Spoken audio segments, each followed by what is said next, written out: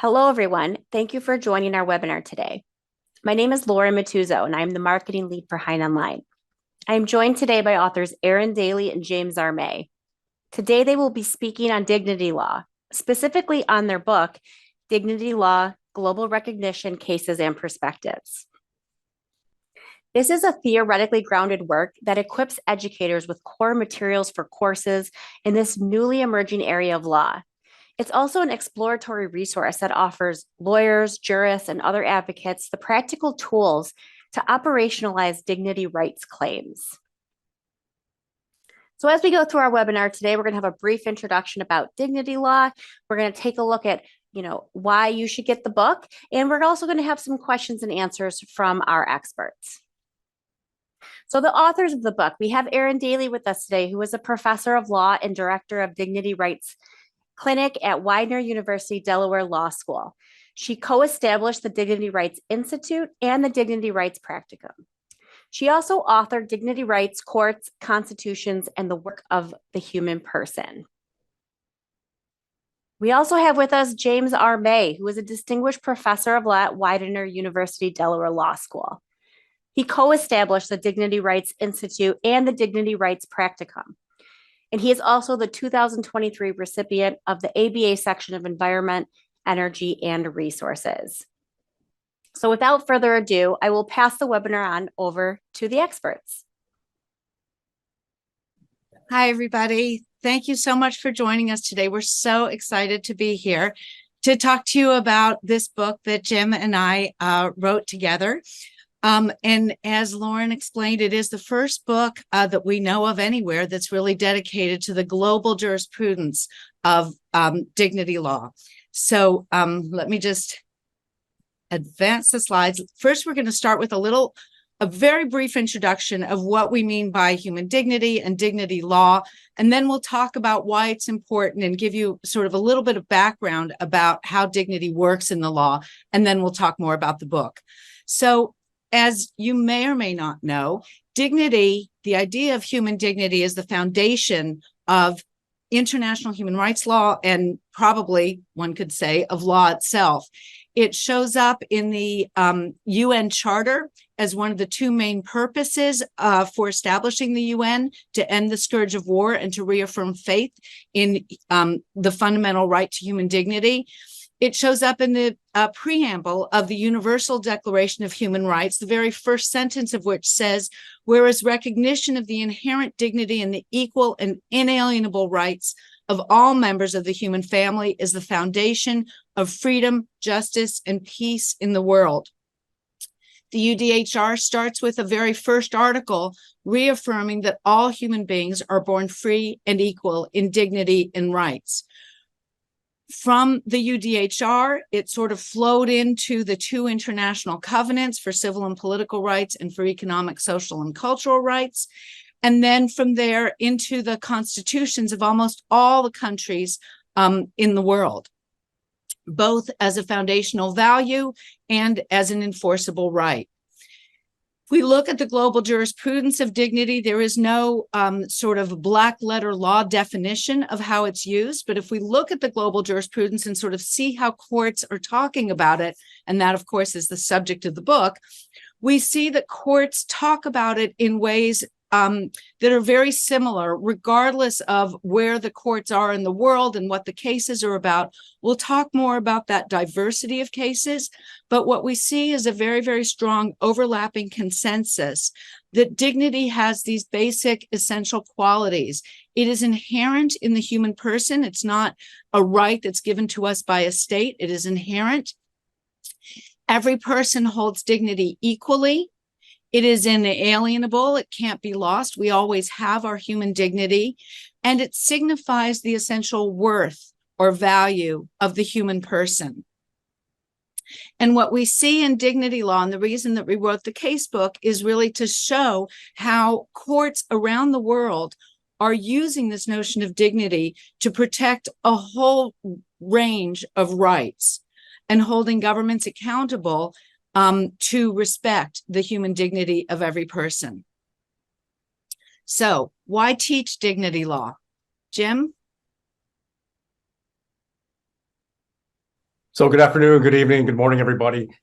Thanks, by the way, so much for joining us. I mean, really, the bottom line here is why would one think about teaching a course in dignity law and adopting this book? Because it's not something that fills classrooms throughout the country, in the United States, or around the globe just yet. So the idea that Erin and I have is that dignity has a role in law, that it is all sorts of things. It's important in law. It touches on so many aspects of human rights at the international, regional, and constitutional level. So let me give you some examples of that.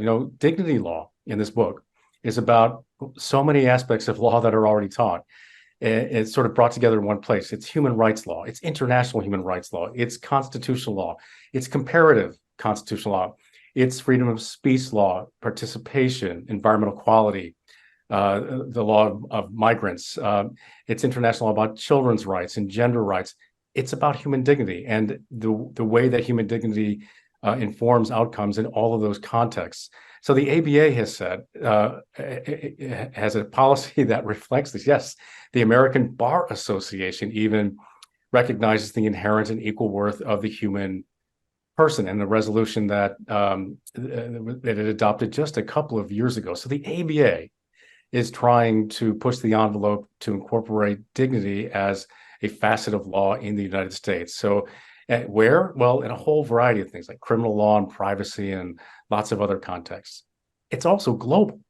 So it's recognized in more than 170 of the 193 UN recognized countries right now. So those constitutions incorporate a right to dignity. So it's kind of an uncommon right in the United States. It's not in the federal constitution. It's only in two subnational constitutions. But all across the globe, what we see is that dignity is rather ubiquitous, and it's found in constitutions in every continent.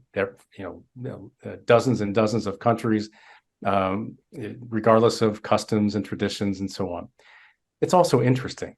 It touches on every aspect of the human experience, from freedom of speech to how to control one's life and one's autonomy, and how people can live together in peace and harmony, and also democratic participation. That's the role not only of democracy, but including democracy in the condition of governance in life. So it's also where the law meets some of the most important questions of the day, which brings us to the next slide, which is that it's relevant. It's an emerging area of law. Go ahead, Erin. Sorry. Oh, I'm sorry. It's relevant in many of the ways that Jim was just talking about. We see cases where courts are holding government to account to respect people's dignity in a whole variety of areas. As I mentioned earlier, it's in the International Covenant of Civil and Political Rights. It's in the International Covenant of Economic, Social, and Cultural Rights. And so we see cases involving all those different types of rights, where the courts are deciding on the basis of human dignity. So there's cases in the casebook about abortion, about the death penalty, about the right to housing, about economic justice, racial and social justice, gender and sexual identity cases, environmental and climate change cases, and also, as Jim mentioned, democracy. Go ahead, Erin. Thank you. Jim also mentioned that dignity law is emerging. One of the reasons that we wanted to write the book was just that there's a growing sort of attention to and interest in dignity law all over the world, including in the United States. Most of the cases in the book are cases of first impression. Sometimes they touch on things that courts have decided about in the past, but they're looking at them from a new lens, from a dignity lens. And courts are considering the role that dignity plays in both in their reasoning and also in their framing of remedies, and also just in how they're talking about the relationship between individuals and the state. So it's also, go ahead. Sorry. Well, just to say, we've had a lot of fun teaching dignity rights and dignity law in a lot of different contexts. And one of the reasons that it's so much fun is that it's an area of law that students haven't really thought about much before. They haven't thought about the place of dignity in the law. And then once they see how courts are talking about the essential qualities of being human and why it's so important to protect people's essential humanity and to use law in that way to protect people's humanity, we get comments like this a lot. This is the reason I came to law school. Class gave me a new way to think about law. They'll talk about it in their other classes as they see dignity issues arise in other contexts. Go on. Yeah. So again, look, if you're listening in, you're maybe thinking about why you would want to teach this class, and so it has all these attributes. Erin and I have been educators for a long time, and I don't know that we've ever run across, a course like it. It's real. It matters all across the globe. The current events underscore that. It's relevant, under law at the international, regional, national, and local level. It's super interesting, all the applications of dignity under law across the globe, and it's fun. And the students get a lot out of it and really come out of the class sort of transformed, not to be, too grandiose about it, but they see the law differently. There's no question about that. So next is about the book itself. So, you've heard us talk about dignity under law and why you might want to teach it. Now, the book. So this book that you see, the Dignity Law book, is the first in the world, in the omniverse, first casebook on dignity law. It's a field of law that Erin and I branded dignity law. So what it does is you can advance. Thank you. It does all sorts of things, right? So it does some of the things that casebooks do. It has cases from all over the globe. We've translated them. We've culled them together. We try to put them into context that can be taught virtually in any kind of, not only a law class, but law and policy classes, undergraduate classes in human rights in a whole variety of contexts. And it's the only comprehensive and current survey of this growing jurisprudence of dignity rights. And it's the only place to go for this newly emerging area of law. So it does these three things. It introduces, just like you heard, only, with far more words, right? Far more context and so on. The global law of human dignity, where it is, how it applies, what it means, all across the globe. Second, it illustrates how people have operationalized this idea of human dignity and bringing primarily constitutional claims when their dignity, in the ways that Erin mentioned earlier, has somehow been damaged. And third, it's this jurisprudential part of it. It shows how courts, human beings dealing with language and typically constitutional rights to dignity, have applied it in cases all across the spectrum of law: civil, political, economic, social, cultural, and environmental rights, and new and interesting and dynamic ways. So it has 5 units. Again, it's the first time a book like this has ever been written. So, sort of like whatever the authors of the first constitutional law book or civil procedure book, we're thinking about how to define the field. We did it this way. So the first part provides a background, an overview of human dignity. So as an educator and with the students, it provides a kind of a stem to stern overview of dignity under law. It doesn't presume knowledge. The second part of it has cases, as does the third, fourth, and fifth parts. And the second unit focuses on cases regarding identity, autonomy, and so on. Equality speaks for itself. Privacy speaks for itself, including defamation rights. The third unit focuses on cases along the socioeconomic and cultural spectrum, including housing, health, education, food, shelter, rights to water, and environmental rights.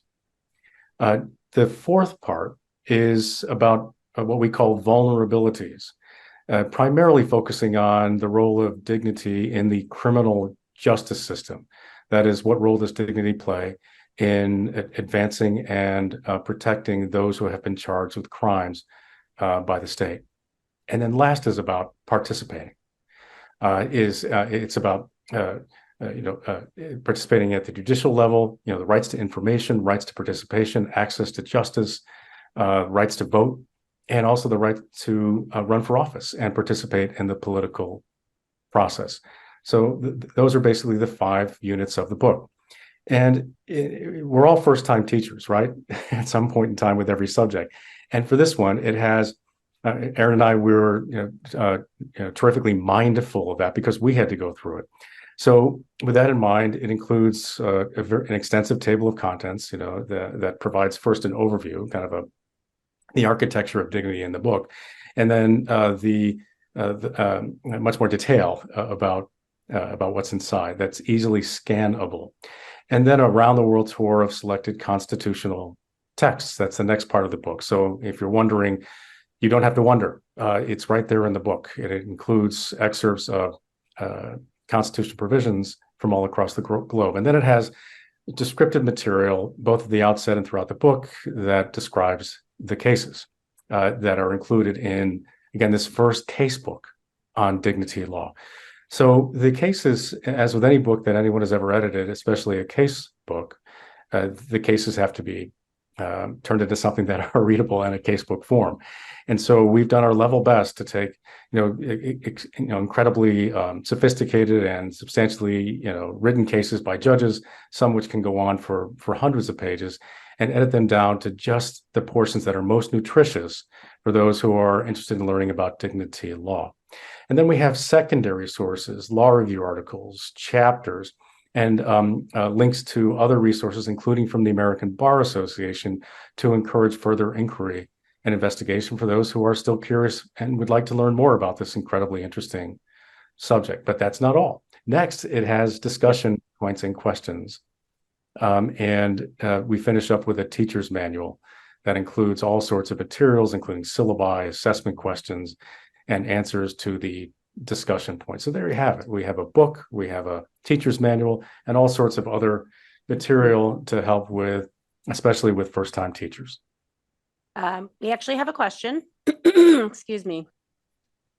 Does the book capture cases in Africa in relation to sexual orientation, gender identity, and dignity? Yes, it does. We have, and there's also a lot of note cases because we really obviously couldn't include everything. And we were trying to just give illustrations of how courts think about these issues. So we have some major cases and also some note cases about gender identity really throughout and sexual orientation, those kinds of cases really throughout the world. Okay, we have another question. What attracted you to dignity law? Well, I can start if you'd like. Jim, would you like to go ahead? No, go ahead. Thank you. I first came across dignity cases, a long time ago, and just as a longtime professor of U.S. constitutional law, honestly hadn't seen much attention to dignity in the case law.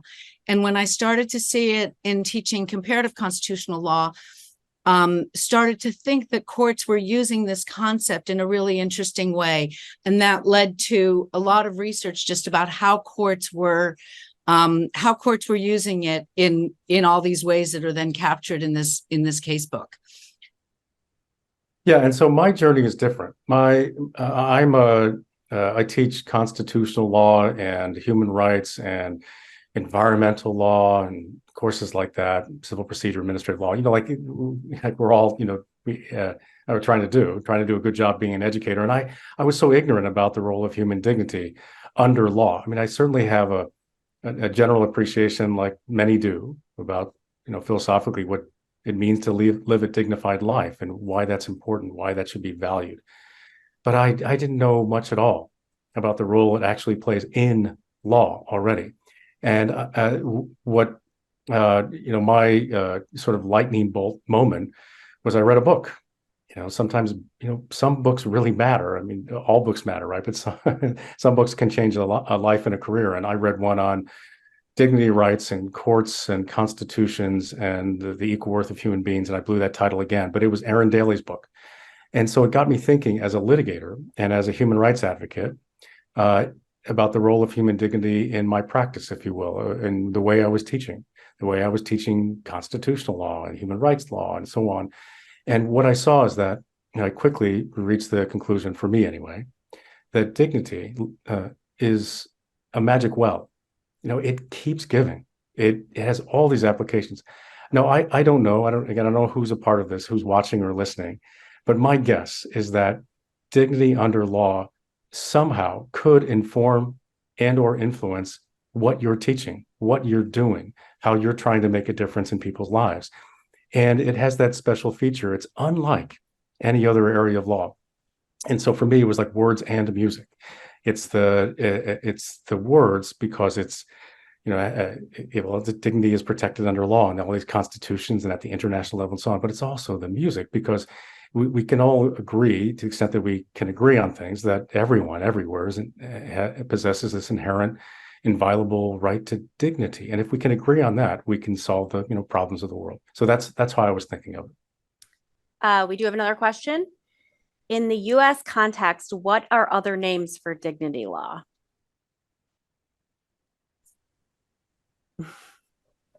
Erin? That's a great question. What are other names for dignity law? Well, what's going on when courts are looking at dignity is they're really looking at the fundamental value really of law and of what specifically sort of constitutional and human rights law is supposed to do, which is really ultimately, when it all comes down to it, protect the individual and equal worth of every person. That's why we start with the UDHR and the UN Charter. In the US context, our Supreme Court doesn't focus very much on underlying values. We focus on the rights that are either explicit in the Constitution or sort of narrowly to be implied from the Constitution, as in the case of privacy, for instance. So we don't really see it that much, but we do see hints of it in privacy laws. Jim mentioned the cases around sexual orientation, Lawrence v. Texas, Obergefell, those kinds of cases. Casey, the now overruled Casey, but Casey was talked about dignity as an important value that was protected.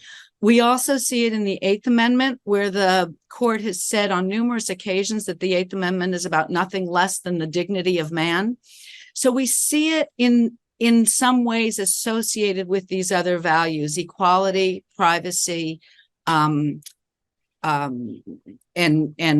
rights associated with how the state treats a person. And if I could add on to that, that's, again, and what a great question.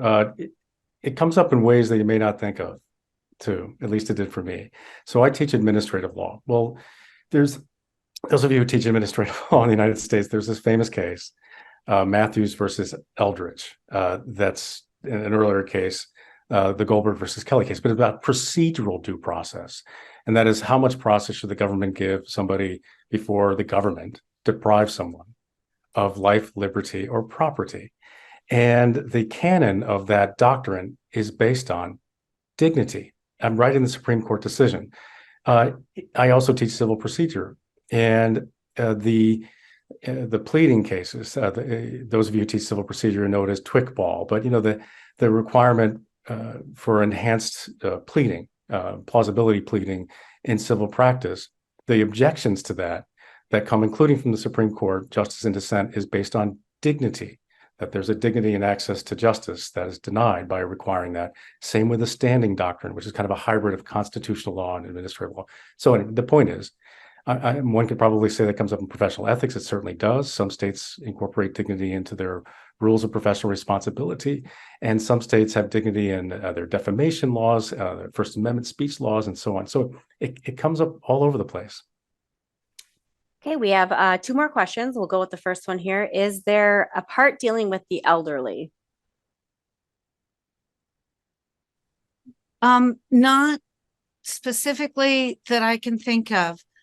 Protection of the dignity of elderly people is actually written into a very few, but some national constitutions.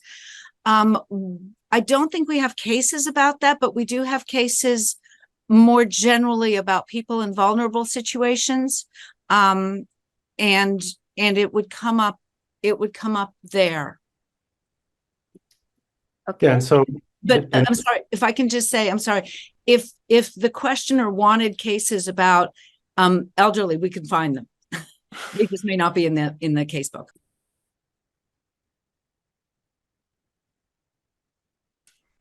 Okay, the next question, how is dignity law different from some already existing laws related to human rights? well, it's different. It's a dialectic. It's different and it's the same. So it's well, let me do this in reverse order. It's the same insofar as if one were to write, as people have, books on human rights law and international human rights law. And if you went to the table of contents, you'd see all sorts of subjects covered, right? Criminal justice, rights to food, shelter, participation, voting, and so on and so forth. It's unlikely that you'd see a right to dignity. I mean, we're trying to help change that, but all of those subjects are dignity and dignity based. So I don't mean as a philosophical matter. I mean as a legal matter. So, the right, like the rights to vote in many places, is protected through a constitutional right to dignity, not to vote necessarily. So that's why it's the same. It's different insofar as it's more of a global view. I don't mean global geographically. I mean emotionally and philosophically. It's stepping back, and it's in thinking of what we want to do with law in society. Life is short. The law is a means of trying to help along the way. So dignity does that on a global basis across time and space, and it isn't simply about a human right. It's about the right to be human. If I can just add, can I add something? Do we have time? Can I just add Yeah, something? go ahead. So what's so interesting to me, at least about the cases, I don't want to speak for Jim, but what's so interesting to me about the cases is how the courts are talking about dignity.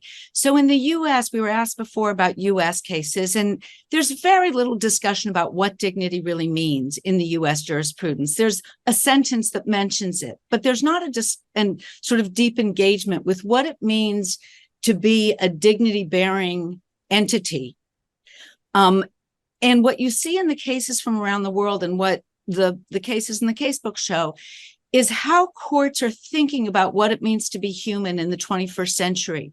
And so you see these cases where the courts are saying, look, there was a recent case, this isn't in the casebook because it was just from a couple months ago. It's an abortion case from Mexico that says, and this is meant to be apolitical, but what the case itself says is that part of having dignity is being able to determine one's own life course, to be able to make decisions for oneself.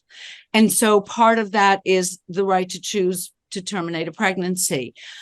Other courts talk about the importance of being the aspect of being human that entails living in community with others, that we have our own choices, we make our own decisions, but we are also part of communities. And so we see cases about that, about how people should act towards each other.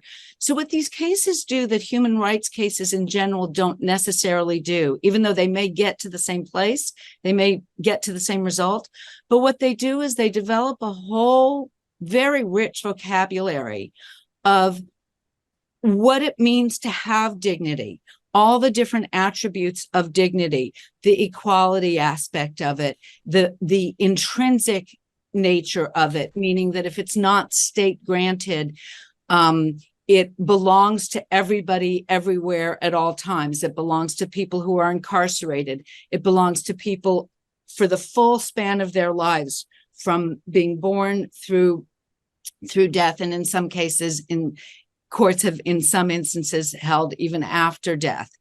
It belongs to people in all these different ways, and So in a way, what the dignity cases do that the human rights cases don't, is they explain why we protect human rights. They provide that explanatory and that vocabulary that enriches our understanding of why it's just so incredibly important to have courts protecting human rights. We do have a few more questions, but Erin, can you just go to the next slide? I just want to make sure, since our time is up, we will stay on and answer a few more questions. But for those of you who might need to leave for any reason, we did want to make it aware that you are eligible for a 15% discount on the book. You can simply use the promo code DLLaw1023. And I've just added a link to the catalog in the chat. So again, anyone who stayed and attended does receive a 15% discount. Back to another question. Do you have views on how the law sometimes fails to hold the state and people in power accountable for human rights violation inside the US? CIA mass surveillance programs, for example, and outside the invasion of Iraq as another example.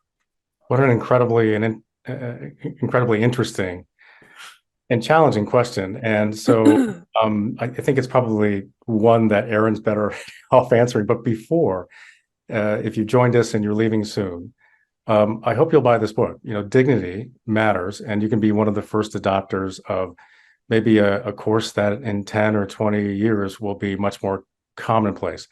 And in the words of Abby Hoffman, if you can't buy it, steal it. And in that vein of stealing it, not really, but Hein has been very kind to put part of the materials from the book available online. The teacher's manual is available online, so you can just take a look at that and get a sense of that kind of support. And also some of the initial chapters that provide sort of a mapping of what this is about is available online. So we're very grateful to Hein for having done that. Do we have views about it? Well, sure. And we can talk about that for the next 6 hours or 6 months if you'd like. I'll give sort of the quick answer to it, just given the context here. But whoever asked that, I'd be very happy to talk to you more about it.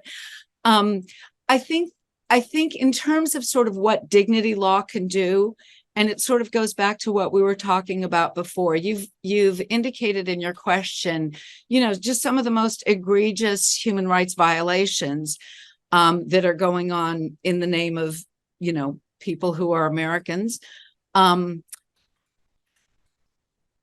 If human right, I think dignity law is a way to really just sort of enrich our understanding of human rights and why human rights are important. And one of the things that we wanted to do with this case book was also, and I think Jim mentioned this earlier in reference to one of the slides, but is really illustrate that courts around the world in all these countries that you may or may not think of as sort of paragons of human rights, courts are really trying to engage, and courts are really trying to, not all the time, not on every issue, but courts are trying to protect and respect and fulfill the dignity of people, especially those who can't protect themselves. And they're doing that through their opinions by giving us this language and this way of thinking of why it's so important. And part of what we think about, and part of the reason that we teach these classes sometimes as skills classes, practicum and clinic classes, is to give students and ourselves the opportunity to use dignity precisely to attack the kinds of things that the questioner brought up. It's very hard to do under traditional law, either at the international or regional or national level. The emergence of dignity law gives us another way to sort of persuade courts why they shouldn't let formalities or technicalities allow egregious or enable or authorize egregious human rights violations. So I would just sort of thinking about those issues in the context of, if we thought about this as a violation of dignity law. We're doing that in the US in terms of with respect to prisoners' rights right now, also looking at how the language of dignity can help people in prison when our already recognized constitutional rights don't necessarily do that. We also had a question if the teacher's manual is only available to professors or it's publicly available. And for those of you who are still here, I did leave the link in the chat. It is publicly available online. Again, if you go to our catalog, you will see it linked there as well. And we are closing in on some time, but we do have one more question here regarding AI. This is a good one. Does dignity law have any consideration for the impact of AI technology into society? So I put an answer into the chat because I thought maybe we were out of time, but yeah, I mean, of course, right. It's a great question, and just the role of humanity is, of course, at issue with everything that's going on with AI. And I put in the chat, it's sort of left to the sci-fi imagination. You know, what does the AI beings, are they beings? Do they have dignity and so on? But our book is about cases. It's about legal perspectives. Dignity under law. And thus far, there just isn't much jurisprudence addressing that question. But give it time, it will happen. Okay, and so for everyone who is here, we will be sending a follow-up email that will include a recording of the webinar. It's going to include that information about the 15% discount, and we'll be sure to include that teacher's manual again. So I would like to once again thank you, Erin and James, for spending the time today to talk to us about dignity law, and it was very informative. Thank you so much, and thanks to everybody who joined. Thank you, Sonia. Thank you, Hein. And most of all, thank you, Erin. Thanks. Thanks, Jim. Have a wonderful rest of your day.